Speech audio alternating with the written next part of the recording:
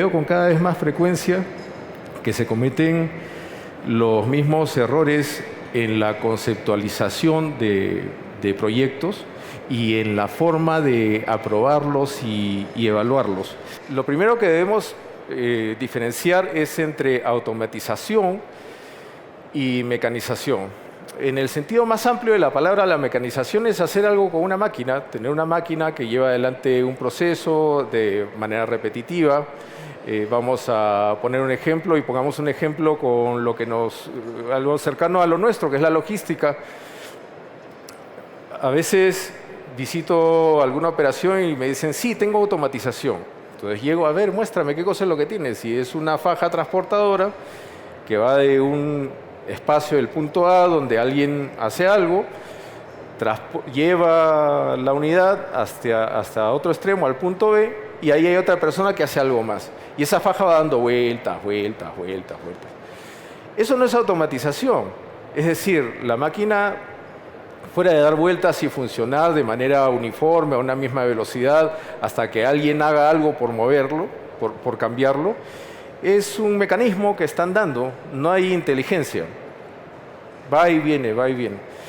Cuando en lugar de eso tenemos una faja transportadora que lo que hace es, efectivamente, va del punto A al punto B, pero en medio tiene algunos lectores de etiquetas, tiene desviadores, y lo que hace es que subir del punto A unos paquetes para repartirlo en diferentes salidas de acuerdo a la lectura de la etiqueta, porque en ese momento se rutea, y además esa faja da toda una vuelta, es decir, hace todo un loop y permite descargar en las diferentes rutas en el orden de los paquetes como deben subir al camión.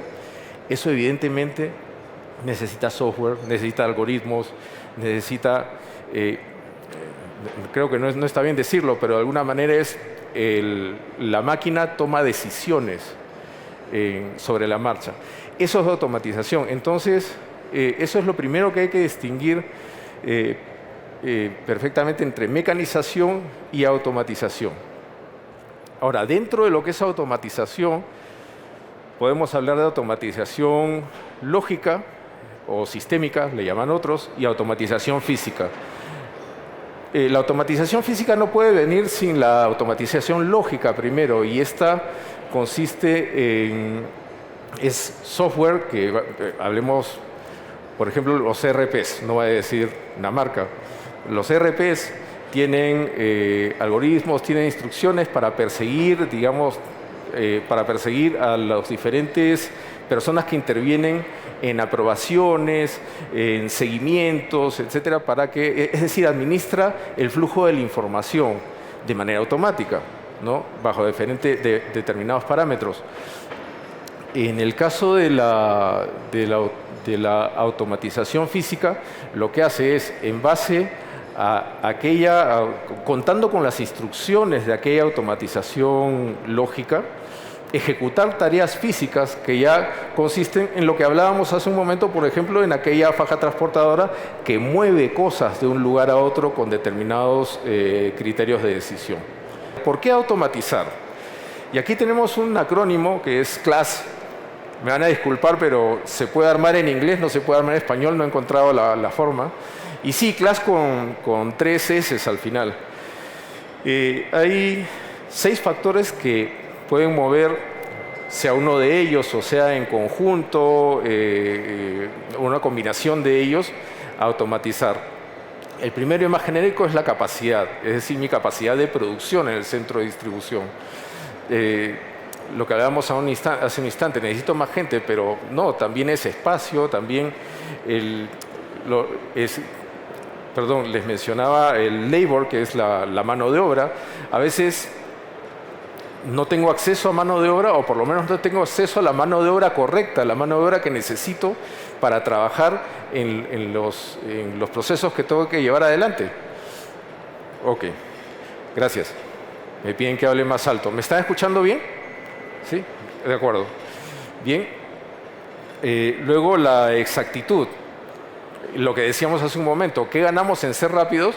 Esto me trae a la memoria un caso. Voy a un centro de distribución, era una empresa del rubro de venta por catálogo, y tenían según ellos, un pasadizo del pick to light. Ya saben, esto que va corriendo, voy picando con las luces y armo el pedido. Los operarios eran, además de su sueldo, eran premiados por rapidez, pero no por exactitud. Entonces, cuando faltaba algo, metían lo que sea, o sea, y era un chiste, porque al final terminaba todo, subía a otro piso donde hacía una auditoría al 100%, claro, necesitaban hacer auditoría al 100%, y tenían como 14 señoras que corrían por todo el centro de distribución tratando de componer lo que había llegado mal. Pero ellos tenían su bono porque lo hacían rápido, mal, pero lo hacían rápido. Entonces, no tiene mucho sentido, ¿verdad? Entonces, un tema es la necesidad de exactitud. Otro es la necesidad de velocidad en la preparación de pedidos. He conocido operaciones grandes donde llega un pedido del canal e-commerce, por ejemplo, que es el más demandante, y pueden demorar 2 días en salir del centro de distribución. Entonces, ¿por qué? Porque hay confusiones, dónde está ubicado, en fin, una serie de factores. Necesidad de espacio. La automatización ocupa espacio, evidentemente, pero cuando está bien organizada, bien puesta dentro del layout, empieza a impactar en otras áreas, empieza a impactar en áreas de reabastecimiento, empieza a impactar en áreas de almacenaje de largo plazo, empieza a impactar en una serie. Entonces, claro, vale, este equipo me ocupa 1.500 metros cuadrados, pero del otro lado me está impactando de tal manera que me está ahorrando 2.000. O tengo un sistema de almacenaje más vertical, un sistema de almacenaje que me permita optimizar el espacio, que me permita usar todo el aire, todo el cubo. O un sistema automatizado que cuelgue del techo en lugar de estar en la superficie, que me deje espacio para seguir transitando, seguir almacenando. Hay varias combinaciones, vamos a ver algunas de ellas. Y finalmente, el nivel de servicio. Y esto se refiere al momento, al periodo desde que el pedido sale del centro de distribución para ser entregado. El nivel de servicio que demanda el cliente final, que demanda en recibir. Si yo quiero cumplir con ese nivel de servicio, que para esa persona que pidió su par de zapatillas o lo que fuera, es totalmente transparente lo que pasa detrás del centro de distribución. Para ellos es algo tan simple como ir y que alguien tome unas zapatillas de un estante y las ponga en una etiqueta y las envíe, ¿no? Qué injusta es la vida, ¿no? No piensan que es tan fácil. Bien, entonces estos factores o una combinación de ellos son lo que nos lleva a automatizar. Y lo que hay que hacer cuando automatizamos es no solamente pensar en los equipos. Tenemos 5 diferentes aristas, digamos, en este tema.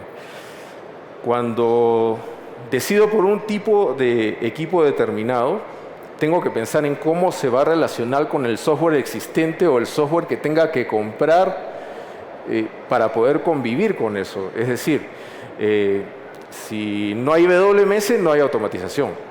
Olvídenlo. ¿No? Tenemos WMS sea de clase mundial o sea un WMS más económico, estos que son que llegan como un servicio de la nube, software as a service, o un desarrollo propio. Pero el hecho es que tiene que haber algún sistema de administración de administración del almacén en la operación para que imparta las instrucciones generales al software de los equipos de automatización, que son software de control, y que ejecuten esas tareas. El software de los equipos, sea un solo software para una sola máquina o un software para todo el sistema, son software de control a diferencia del software de administración que es el WMS. La infraestructura, es decir, ¿qué espacio necesitamos? ¿De dónde se necesita? ¿Qué resistencia se necesita en una mezanine determinada? Si es que se va a colocar en una mezanine, si es que se va a anclar a paredes con cantilevers, si es que hay temas estructurales que revisar también. Luego están los procesos. Hoy día lo haces de determinada forma.